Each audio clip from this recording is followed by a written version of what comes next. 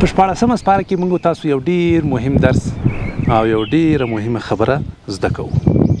دا سلسله الحمدلله همداسې روانه ده. د 15 سپارو کې موږ تاسو یوه خبره زده کړه.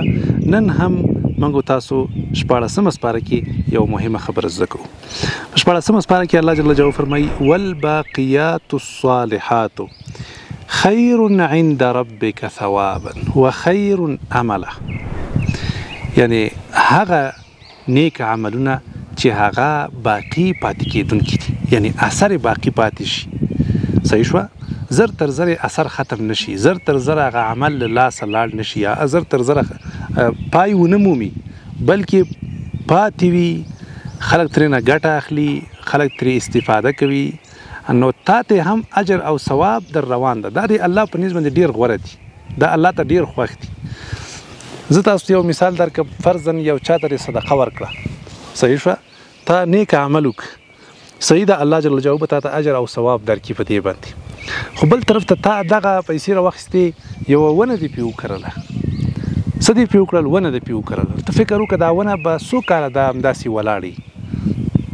15 کاله، 10 کاله، 20 کاله. داسې ونې شته دي ما خپله لیدلي دي چې اصلا خلکو ته تاریخ نه ده معلوم، خدای خبر، له 100 کلونه به هم زیات د عمر وي. نو ته فکر وکړه دا هغه عمل ده چې باقي پاتې شو، دا الله ته ډېر غوره ده. دا به تاسو یو مثال درک، د دې په څېر باندې په زرهاو په لکاو مثالونه موږ ورکولی شو. نو دلته تاسو وکړل داسې یو نیک عمل دی وکړه چې دا باقي پاتې شو، دا روان ده، خلکو ته خیر رسیږي، فایده رسیږي، میږتنو ته، مرغانو ته، انسانانو ته، حیواناتو ته، حشراتو ته. نو بالاخره تا ته اجرونه او ثوابونه هم څنګه دي؟ روان دي. دغه عمل، دغه داسې یو عمل وکړئ چې هغه باقي پاتې کېدونکی وي. دا د الله جل جلاله ډېر زیات خوښېږي. له 14مې سپارې نه موږ تاسو دا رقم یوه خبره او مهمه خبره زده کوو. موږ تاسو عمر ډېر لنډ ده، نشو کولی چې ډېر زیات خدمت وکړو، ډېر زیات د خیر کارونه وکړو، ډېر زیات عبادت وکړو، ډېرې لاسته راوړنې په ژوند کې ولرو.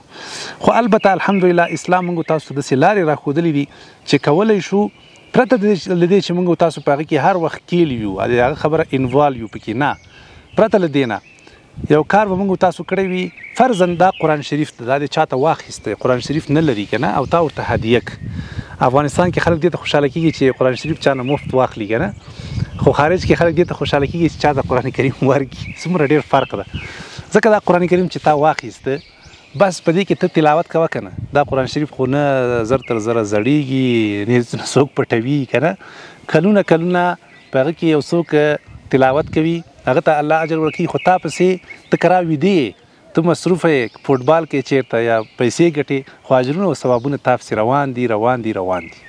د ونې مثال مې درکړي، مدرسې مثال درکولی شم، د مسجد مثال درکولی شم، د پوهنتون مثال درکولی شم، د لارې مثال درکولی شم، د سا مثال درکولی شم. څومره مثالونه زه تاسو ته درکم، په زرهاو مثالونه دي. نو داسې یو کارونه وکړئ له خیره په ژوند کې چې هغه اثر باقي پاتې کېدونکی وي. تاسو یقین په رب وکړئ. زه یو نفر پیژنم، تاسو به هم پیژنئ، چې تقریبا 1400 کاله 1400 کاله کېږي چې هغه یو کار کړی، تر نن ورځې پورې د هغه په نامه باندې هغه شی موجود ده، کونډو ته، یتیمانو ته او بېوزلو خلکو ته نفع رسیږي. تاسو فکر وکړئ چې هغه په قبر کې پروت ده، خو 1400 کاله د هغه د عبادت روان ده. دا څه وړه خبره ده؟ دا وړه خبره نه ده، دا ډېره لویه خبره ده.